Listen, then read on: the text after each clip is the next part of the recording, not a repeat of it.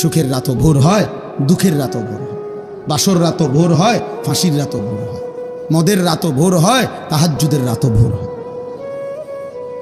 ভোর হয়, কোনো রাতই বাকি থাকে না। অতএব আমরা মরেই যাব ভাইয়া, আমরা চলেই যাব। আর আল্লাহ এটাই বলছেন। এইবার শুনেন, আমার কথা শেষ। আল্লাহ তাআলা বলেন, ওয়াজাআত সাকরাতুল মাউত বিল হক যালিকা মা কুনতা মিনহু তাহিদ।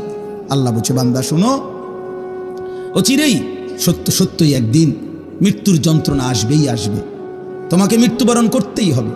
যালিকা মা কুনতা মিনহু তাহিদ, এই মৃত্যুই সেই মৃত্যু যা থেকে তুমি বারবার পলায়ন করেছিলে। অনেকবার অসুস্থ হইছ, দৌড় দিয়া ডাক্তারের কাছে গেছো, ওষুধ আনছো, ভালো হয়ে গেছো। অনেকবার ছোটখাটো অ্যাক্সিডেন্ট হইছ, সেলাই করছো, ব্যান্ডেজ করছো, ওষুধ খাইছো, ভালো হয়ে গেছো। মানে তুমি কোনোবারই মরতে চাও নাই, প্রতিবারই সুস্থ হয়ে গেছো। তো তুমি ভাবছো এতবারের রোগ ব্যাধির পরে যেহেতু আমি প্রত্যেকবারই ভালো হয়ে গেছি, এই হিসাবে আমি আর মরবো না। আল্লাহ বলে, না বান্দা, রোগ সুখ, মাথা ব্যথা, জ্বর, সর্দি, পেট ব্যথা, এগুলো না বারবার আসে, কিন্তু মৃত্যু তো বারবার আসে না। মৃত্যু কেবল একবারই আসে, সে আসলে আর ফিরে যায় না। ভাত খাও আব্বা, আরো কয়দিন নারী দেখেন, উলঙ্গ ছবি আরো দেখো, হারাম রোজগার করো আব্বা, এরপরে দেখবো ইনশাআল্লাহ আখেরাত কাকে বলে। আমরাও বেকুব না, আমরা ভাত খাইয়ে তো বড় হয়েছি, আমরা বেকুব মুখা। হ্যাঁ, আমরা কি ভাত খাইয়ে বড় হই নাই? কথা বলে না। যারা ইমানদার, যারা হালাল পথে চলতে চেষ্টা করে, ওরা বেউকুফ। কেন বেউকুফ হবে? কেন? এটা যুক্তি তো থাকতে বসে, উনি খাইছে ভাত আর তুমি খাইছো চিরা, সমান বুদ্ধি আইব করতে। এটা হলো একটা কথা ছিল। উনি খাইলো ভাত, হ্যাঁ, আর তুমি খাইলে হুদা বহন 3 বেলা। তাইলে না একটা কথা ছিল যে তার বুদ্ধি শুদ্ধি কম, হুদা বহন খাইয়ে আর বুদ্ধি আইব করতে। কিন্তু আমরা কি ভাত খাইয়ে বড় হই নাই? এই পৃথিবীর আলো বাতাসে বড় হই নাই? তো বোকা হবো কেন? বোকা হবো কেন বাপ? তোমরা জেনারেল পড়লে তোমরা বুঝের মান, আর আমরা মাদ্রাসায় পড়ার কারণে বেউকুফ। কেন বেউকুফ হবো কেন বেটা? আরে বলো না, যুক্তি দাও ভাই, কি কারণে বেকুব হব আমি? বাংলা না পড়লে বোকা হয়, পদার্থবিজ্ঞান না পড়লে বোকা হয়, জীববিজ্ঞান না পড়লে বোকা হয়, রসায়ন বিজ্ঞান না পড়লে বোকা হয়। তো আল্লাহর কোরআন না জানলে কি হয় বেটা? রাসূলুল্লাহ সাল্লাল্লাহু আলাইহি সাল্লামের একটা সুন্নাহ যদি কেউ বলতে না পারে, তো তুমি কি তাইলে? আমি যদি পদার্থ আর জীববিজ্ঞান না পড়ার কারণে আমরা হুজুর যদি বেকুব হই, তো তুমি কি তা? তুমি মালিকের কোরআন জি পড়তে পারো না? তুমি যার জিব্বা তার কালাম দিয়ে পড়তে পারো না? তুমি যার চোখ তার কালাম জি দেখো না? চোখ দিছে কে? পদার্থ বিজ্ঞানওয়ালা, জীববিজ্ঞানওয়ালা কে? তো তুমি তার কালাম পড়তে পারো না? আলাম নাজআল লাহু আইনাইন ওয়া লিসানাও ওয়া শাফাতাইন। আল্লাহ বলে, বান্দা আমি কি 2টা চোখ দেই নাই? আমি কি একটা জিহ্বা দেই নাই? আমি কি 2টা ঠোঁট দেই নাই? তাহলে এমন জিহ্বা, যেই জিহ্বা দিয়ে লক্ষ কোটি কথা বললা, আমার কালাম তাইলে পড়তে পারলা না কা? এটা কি আমার জিহ্বা না? এটা কি আমার দেওয়া চোখ না? আলাম নাজআলিল আরদা মিহাদা ওয়াল জিবালা আওতাদা ওয়া খালাকনাকুম আজওয়াজা। আল্লাহ বলে, বলো না বান্দা, আমি কি এই জমিন তোমার জন্য বিছিয়ে দেই নাই? আমি কি পাহাড়গুলো পেরেকের মতো বসিয়ে দেই নাই? আমি কি তোমাদেরকে জোড়ায় জোড়ায় নারী পুরুষের সৃষ্টি করি নাই? ওয়াজআলনা নাওমাকুম সুবাতা, আমি কি 2 চোখের ঘুম এনে দেই নাই? ওয়াজআলনাল লাইলা লিবাসা, আমি আল্লাহ কি অন্ধকার রাত্রিটাকে চাদর দিয়ে কালোভাবে ঢেকে দেই নাই? ওয়াজআলনান নাহারা মাআশা, উপার্জন করার জন্য একটা প্রখর সূর্য তুলে আমি কি একটা ধবধবে ফর্সা দিন এনে দেই নাই? ওয়াবানাইনা ফাওকাকুম সাবআন শিদাদা, মাথার উপরে 7টা আসমান আমি কি স্থাপন করি নাই? এত কিছুর বিনিময়ে আমি কি একটা সেজদা পাই না? হ্যাঁ, হায় হায় হায় রে ভাইয়া, কেমনে ঘুমাইবা? ফেরেশতা যদি একটা লাথি মারে, ফেরেশতা যদি একটা লাথি মারে, দুনিয়ার অপরাধীকেও তো মাঝে মাঝে পুলিশ ধরলে ধাক্কা মারে না? তো মালিকের ফেরেশতা যদি একটা লাথি মারে যে নাফরমান ওঠ, সেজদা দে এখন, আল্লাহ কোরআনে ওয়াদা দিছেন যে বান্দা আমি চাইলে কিন্তু নগদ দুনিয়ায় হিসাব নিতে পারতাম, আমি পারতাম বান্দা। মা তারাকা আলা যহরিহা মিন দাব্বা, আল্লাহ বলে যদি একদিনের পাপের শাস্তি আমি দিতাম, 1 ঘন্টার একবারের পাপের, তাহলে জমিনের উপরে কেউ ঘাড় সোজা করে পিঠ সোজা করে আর হাঁটতে পারত না। যদি ফেরেশতা ঘাড় চাইয়া একটা থাপ্পড় দিত আর কোনোদিন ঘাড় সোজা হতো না। আর নাফরমান পাপী, তাফসীরের মধ্যে আছে মৃত্যু যন্ত্রণা যখন শুরু হবে, খোদার কসম 900 বছরও যদি কেউ পৃথিবীতে সুখ আর আনন্দ উল্লাসে কাটায়, 1 সেকেন্ড কোনোদিন 1 ফোঁটা চোখের পানি পড়ে নাই, একটা হাসি কাশিও দেয় নাই, একটা সুতার একটা কাঁটার সুইয়ের আঘাতও লাগে নাই, 900 বছর কিন্তু আল্লাহর নাফরমানি করে কাটাইছে। খোদার কসম তাফসীরের মধ্যে লিখছে মৃত্যু যন্ত্রণার 1 সেকেন্ডে 900 বছরের সুখ আর আনন্দ বেঈমান নাফরমান ভুলে যাবে। আর কোনোদিন তার মনেও পড়বে না সে কোনোদিন সুখী ছিল, সে কোনোদিন হাসছিল। তাফসীরে আছে, হাদিসে আছে। আল্লাহ জিজ্ঞেস করবেন আমার বান্দা বাকিটা হায়াত পিছনে কেমন কাটাইলা? তো ওই নাফরমান পাপী বলবে রব আমি জীবনে কোনোদিন সুখ দেখিনি। চালাক ভাইবেন না বাবা, আমিও না আপনিও না, জওয়ান ভাই তোমরাও না, নিজেরে খুব চালাক মনে করো না। আব্বা তুমি চালাক না, মূলত তুমি বাঁধন হারা, অর্থাৎ তুমি দুর্ভাগা। তোমার মা আর তোমারে আল্লাহর দিকে ডাকে না, বাবা আর আল্লাহর দিকে ডাকে না, এই সমাজের কেউ তোমারে আল্লাহর দিকে ডাকে না, তোমারে গুনার মধ্যে ছেড়ে দিছে। সবাই তোমারে বলে দিছে যা, নারী, ছবি, মোবাইল, অস্থির দৃশ্য, উলঙ্গ নাচ গান, হারাম ছবি, বন্ধুদের অসৎ আড্ডা, যা ঠিক আছে তোকে ছেড়ে দিলাম। এটা কোনো সফলতা না। কাউকে চোখের সামনে আগুনের দিকে ছেড়ে দেওয়া এটা কোনো সফলতা না। অতএব যেই সমস্ত ছেলে মনে করছো তোমারে কেউ কিছু বলতেছে না, না রে ভাইয়া বদনসিব তুমি, এজন্য তোমার কপালে একজন অভিভাবক জোটে নেই যে তোমারে আখিরাতের দিকে টানবে। আফসুস করতে হবে, আফসুস। আল্লাহ আমাদেরকে হেফাজত করে, আল্লাহ প্রত্যেকটা সন্তানকে হেফাজত করে, আল্লাহ সকলকে হেফাজত করে। আল্লাহ বলেন ওয়ানুফিখা ফিস-সূর, একদিন ইসরাফিল ফু দিবে, হাসরের মাঠ কায়েম হবে। যালিকা ইয়াউমুল ওয়াঈদ, আর সেটা বড় ভয়ানক দিন বান্দা। হাসরের ময়দান বড়ই ভয়ানক। এটা ফুটবল খেলার মাঠ না, এটা মামুর বাড়ি, শ্বশুর বাড়ি না। ওয়াজাআত কুল্লু নাফসিম মাআহা সাইকুম ওয়া শাহীদ।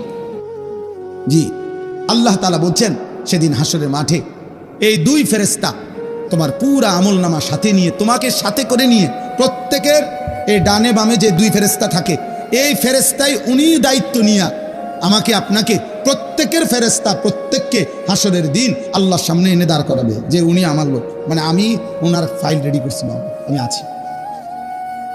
ওয়াজাআত কুল্লু নাফসিম মাআহা সাইকুম ওয়া শাহীদ।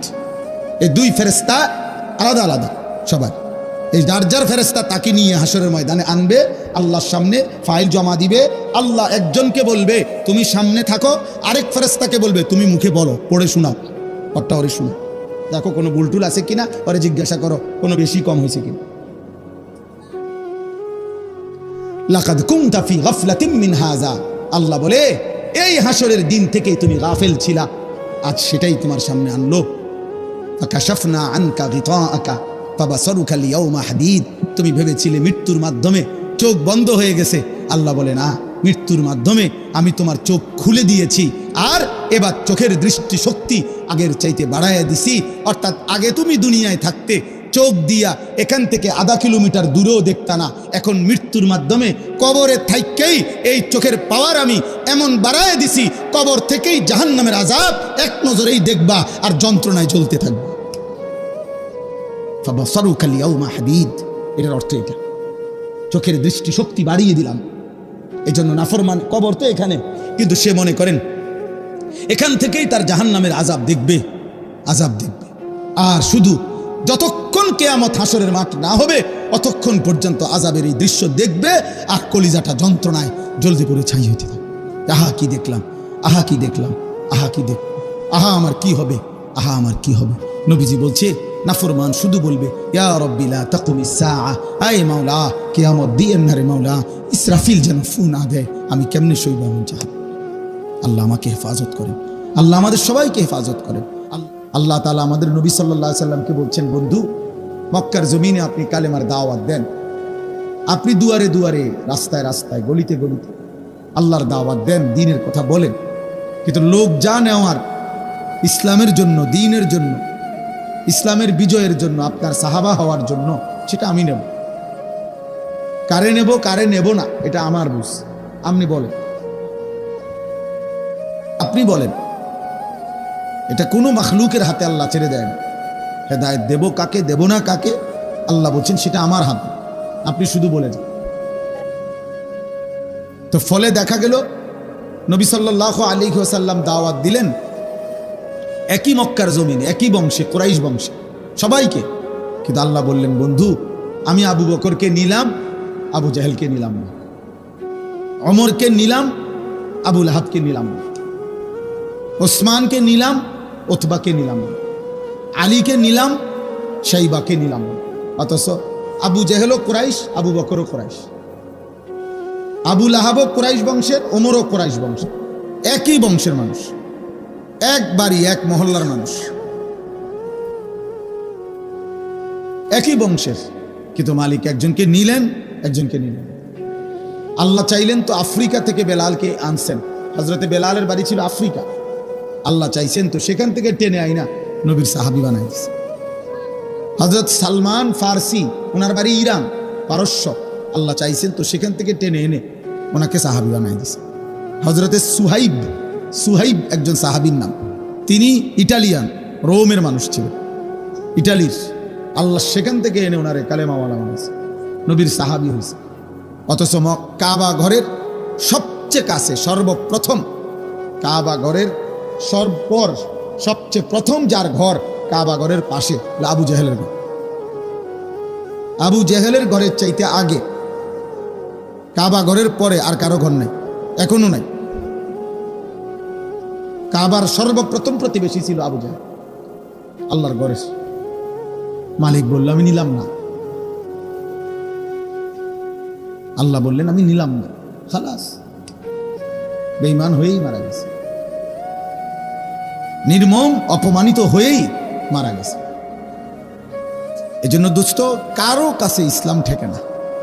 অনেক ছেলে পেলে আছে, তোমরা মনে করো যে হুজুররা তোমাদেরকে অনেক সময় হুজুর নামাজ আখিরাতের কথা বলে, এই জন্য যে ওনাদের বাতের বড় অভাব।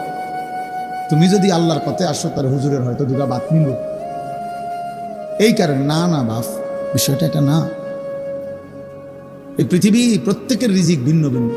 বাপের রিজিকও নির্ধারিত, পুতের রিজিকও নির্ধারিত, স্বামীর রিজিকও নির্ধারিত, স্ত্রীর রিজিকও নির্ধারিত। প্রত্যেকের রিজিক মাকসুম। নবীজি সাল্লাল্লাহু আলাইহি সাল্লাম বলছে আলাদা আলাদা করে বন্টন করা আছে। ওমা মিন দাব্বাতিন ফিল আরদি ইল্লা আলাল্লাহি রিজকুহা।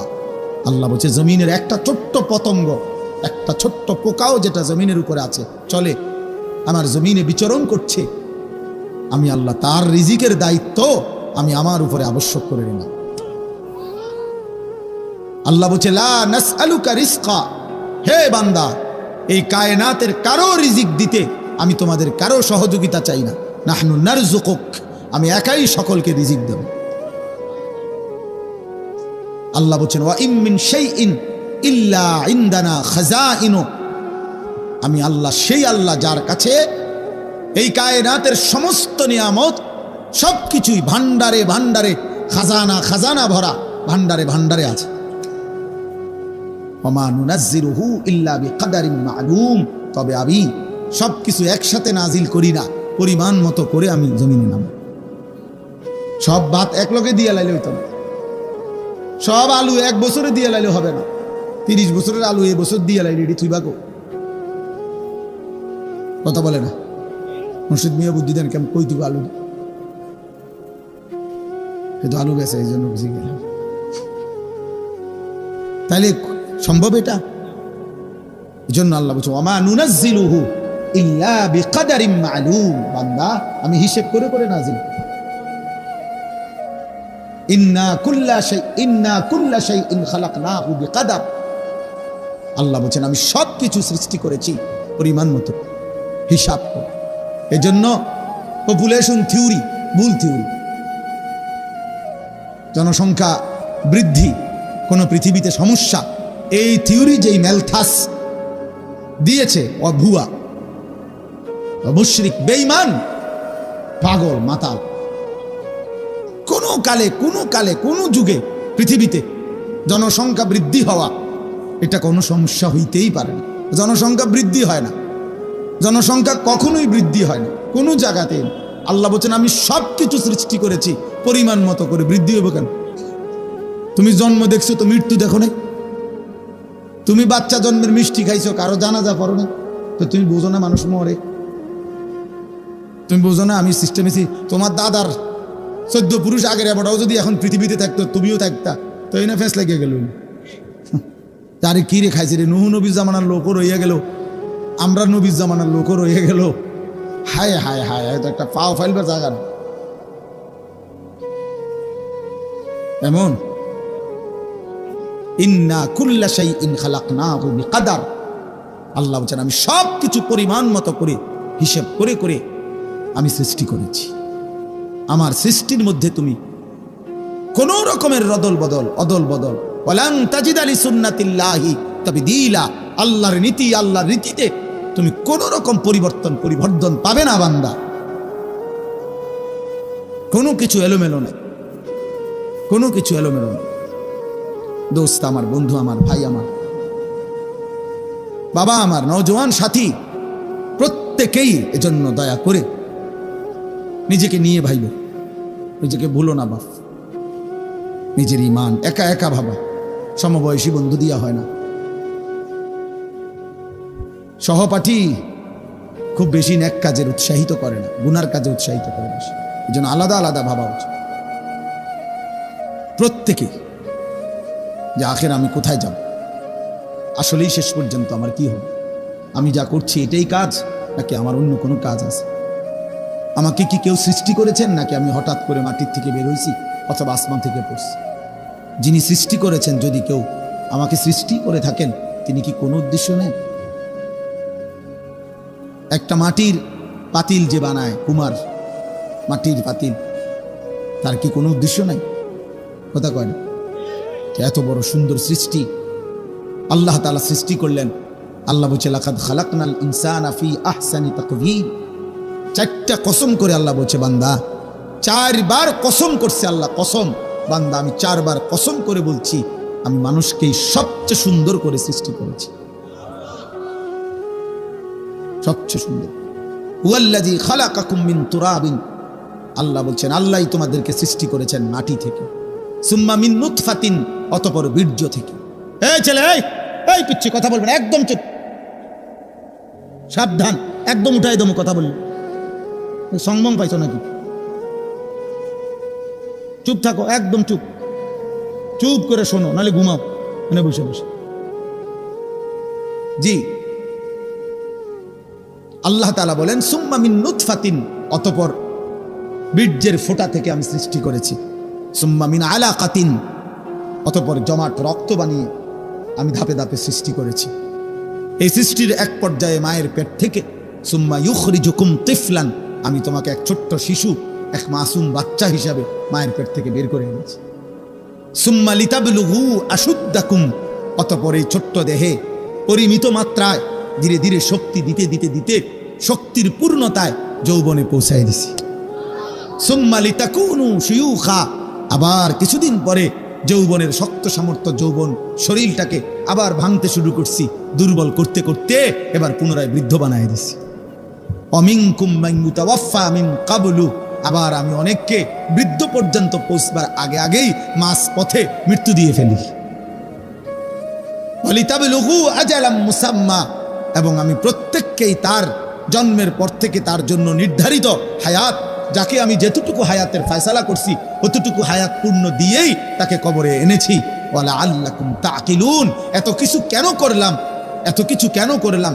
একবার মাটি, একবার বীর্য, একবার জমাট রক্ত, একবার গোশতের টুকরা, একবার হাড্ডির কঙ্কাল, একবার নাক চোখ লাগাইলাম, একবার মায়ের পেট থেকে রূহ দিয়ে বের করে আনলাম, একবার ছোট্ট শিশু বানাইলাম, আবার যুবক বানাইলাম, আবার বৃদ্ধ বানাইলাম, একবার কালো চুল, আবার সাদা চুল, একবার মজবুত শরীর, আবার দুর্বল হাত।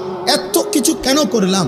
যেন তুমি বুঝতে পারো তোমার কিছু না, সব আমার, অতএব আল্লাহর গোলামি করা উচিত।